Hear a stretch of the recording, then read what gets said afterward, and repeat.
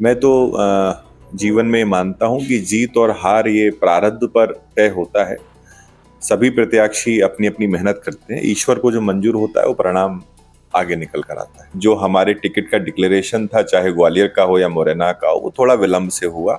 यदि ये कुछ और समय पहले हो जाता तो मुझे लगता है कि परिणाम शायद और बेहतर आ सकते। ग्वालियर के निवासी होने के नाते, जनप्रतिनिधि होने के नाते मैं ये कोशिश करूंगा कि 1 लाख नहीं तो कम से कम कुछ रोजगार की व्यवस्था ग्वालियर के युवाओं के लिए की जाए। मध्य प्रदेश की 29 लोकसभा सीटों में से जबरदस्त चुनाव हुआ, जिनमें ग्वालियर चंबल की 3 लोकसभा सीट थी, भिंड, मुरैना और ग्वालियर। जिसमें से ग्वालियर में कांग्रेस की तरफ से चुनाव लड़ने वाले प्रवीण पाठक हमारे साथ हैं। हम जानते हैं कहाँ कमी रही, क्या कौन से हार के मायने क्या हैं उनसे। प्रवीण जी, चुनाव तो आपने जबरदस्त लड़ा, पूरा चर्चा में बना रहा ग्वालियर। क्या हुआ ये लास्ट में, कैसे मानते हैं? और सीटें लाखों में जीती है भारतीय जनता पार्टी और यहाँ आकर वो हजारों में सिमट गई, क्या कहेंगे इस पे? सबसे पहले तो आपके चैनल के माध्यम से ग्वालियर लोकसभा के सभी जो मतदाता हैं उनके प्रति हृदय से इस बात के लिए कृतज्ञता ज्ञापित करता हूं कि जिस प्रकार का स्नेह और आशीर्वाद उन्होंने दिया है, मैं सदैव उसके लिए आभारी रहूंगा। जहां तक बात परिणाम की है, तो निश्चित तौर पर जब चुनाव होता है तो किसी एक को जीतना होता है, किसी एक को हारना होता है, और जीतने वाले के अपने अलग कैलकुलेशन हो जाते हैं और हारने वाले के अपने अलग कैलकुलेशन हो जाते हैं। मैं तो जीवन में मानता हूं कि जीत और हार ये प्रारब्ध पर तय होता है। सभी प्रत्याशी अपनी अपनी मेहनत करते हैं, ईश्वर को जो मंजूर होता है वो परिणाम आगे निकल कर आता है।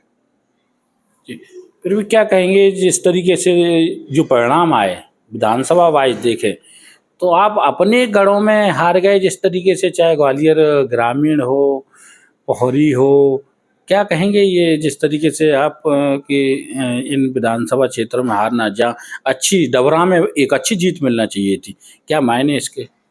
देखिए, ये बात सच है कि परिणाम तो आशा के अनुरूप नहीं है। जिस प्रकार से हम लोगों ने सोचा था कि डबरा में हमारा जो मार्जिन रहेगा, करहरा में जो रहेगा, पोहरी में जो रहेगा, ग्वालियर पूर्व में जो रहेगा, ग्वालियर रूरल में जो रहेगा, उसके अनुरूप परिणाम नहीं आ पाए। और उसी का कारण है कि 70,000 से हम लोगों को यहाँ हार का सामना करना पड़ा। फिर भी हार का क्या मान के चलेंगे आप, किस कारण क्या है हार के? कि अपनों ने हराया है या फिर भाजपा ने आपको हराया? हकीकत में क्या है, अब तो चुनाव हो गया है। नहीं नहीं, ये अपनों ने हराया जैसी कोई बात नहीं है। ये बात सच है कि लोकसभा का क्षेत्र काफी बड़ा होता है, और जो हमारे टिकट का डिक्लेरेशन था, चाहे ग्वालियर का हो या मुरैना का हो, वो थोड़ा विलंब से हुआ। यदि ये कुछ और समय पहले हो जाता तो मुझे लगता है कि परिणाम शायद और बेहतर आ सकते थे। फिर भी जिस तरीके, कहीं ये तो नहीं कि जिस तरीके से ग्वालियर में पूरे मध्य प्रदेश में चल रहा था 29 में से 29, जिसमें नंबर आ रहा था ग्वालियर का, मुरैना का, तो भिंड का, तो इनमें से ये सोचा होगा कहीं ना कहीं ये आगे चल के कहीं ना कहीं बीच में रुकावट पैदा होगी, वो भी हार का एक कारण मान सकते हैं। नहीं नहीं, मैं ऐसा नहीं सोचता। कांग्रेस में तो सभी लोग अच्छे ही सोचते हैं एक दूसरे के विषय में।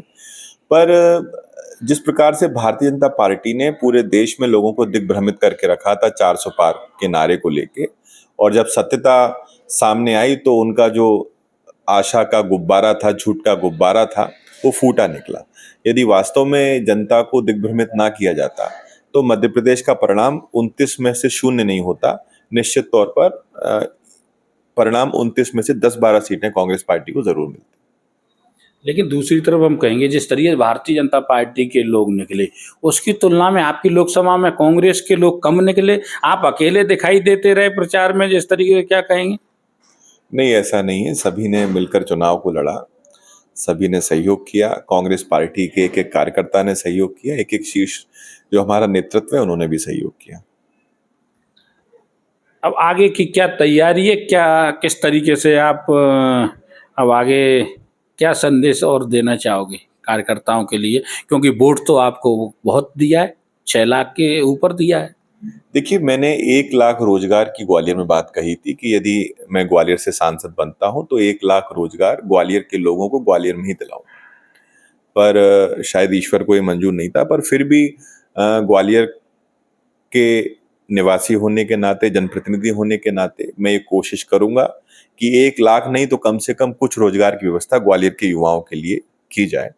और इसमें निरंतर मैं प्रयास करता रहूंगा, काम करता रहूंगा, और ये आपको विश्वास दिलाता हूं कि आने वाले समय में इसमें कुछ सकारात्मक परिणाम आपके सामने आएंगे। जिस तरीके से हमारी भारत सिंह जी से भी बात हुई जब जीतने के बाद, तो उनसे जब पूछा, जैसे आपने नारा चलाया था शिक्षित शिक्षित और युवा, तो उन्होंने कहा कि अब जनता ने दे दिया है कौन शिक्षित और कौन क्या। इस पे आप क्या कहोगे? जिस तरीके उन्होंने कि अब प्रमाण पत्र हमें तो जनता का चाहिए, जनता जिसको प्रमाण पत्र देगी वही योग्य है। देखिए, लोकतंत्र में तो जनता जिसे प्रमाण पत्र देती है वास्तव में वही योग्य होता है। मैंने ये प्रयास किया कि एक शिक्षित और स्वच्छ छवि का व्यक्ति ग्वालियर से जनप्रतिनिधि बने, ग्वालियर की आवाज को संसद में बुलंद करे। पर कई बार दुर्भाग्य होता है राजनीति में, लोकतंत्र में कई बार जातिवाद हावी होता है, तमाम सारी स्थितियां होती हैं। तो मैं तो फिर भी अभी यही बोलूंगा कि सदैव जनता को लोकतंत्र में ध्यान रखना चाहिए कि योग्य, शिक्षित, ईमानदार, सरल और सहज व्यक्तित्व को अपना जनप्रतिनिधि बनाकर, चाहे संसद हो या विधानसभा हो, वहां पहुंचाना चाहिए। लोकतंत्र में ये बहुत आवश्यक है कि जो आपका जनप्रतिनिधि है उसकी दूरदर्शिता क्या है, उसका विजन क्या है, और वो किस तरीके से आपकी आवाज को सही मंच पर रख पाता है। लेकिन एक तरफ कांग्रेस ये भी और भारत सिंह जी कहना था कि वो अपनी विधानसभा ही नहीं जीत पाए, अपनी विधानसभा छोड़ो वो अपनी पोलिंग नहीं जीत पाए जहां आपका वोट था। इस पे क्या कहें? बिल्कुल ऐसा है, और इसमें हम लोग सुधार करेंगे, जहां मेहनत में कमी रह गई है उसको दूर करेंगे। आगे अब कांग्रेस के लिए क्या स्थिति बनेगी? मध्य प्रदेश में 29 की 29 सफाया है, इंदौर जैसी जगह पे प्रत्याशी चले गए, तो अब क्या दिशा रहेगी मध्य प्रदेश के लिए अब कांग्रेस की? इस पर जो हमारा शीर्ष बड़े बड़े नेतृत्व है, दिग्गज आपके हार गए, चाहे नकुलनाथ हो चाहे दिग्विजय सिंह हो, तो अब स्थिति क्या है? मतलब मध्य प्रदेश में तो भाजपा ने कांग्रेस को साफ कर दिया, उनका यहाँ नारा तो चल गया। ये बात सच है कि जो उम्मीद थी मध्य प्रदेश से कांग्रेस पार्टी को और हमारे शीर्ष नेतृत्व को, उस पर हम लोग खरा नहीं उतर पाए। इस पर संगठनात्मक चर्चा होगी और जो भी बेहतर दिशा निर्देश होंगे शीर्ष नेतृत्व के, उस पर काम किया जाएगा, और कांग्रेस पार्टी को और कैसे मजबूत कर सकते हैं इस ओर भी विचार होगा। बिल्कुल, ये हमारे साथ है प्रवीण पाठक जी। जिस तरीके से वो कहीं ना कहीं जित कोशिश की पूछने की हराने वाले कौन थे, लेकिन उस बात को टालते हुए नजर आए प्रवीण पाठक, अब भविष्य में काम करते रहेंगे और युवाओं को जो रोजगार का वादा दिया 1 लाख, उसके लिए लड़ाई वो लड़ते रहेंगे ग्वालियर से। सर्वेश पुरोहित, MP तक, ग्वालियर।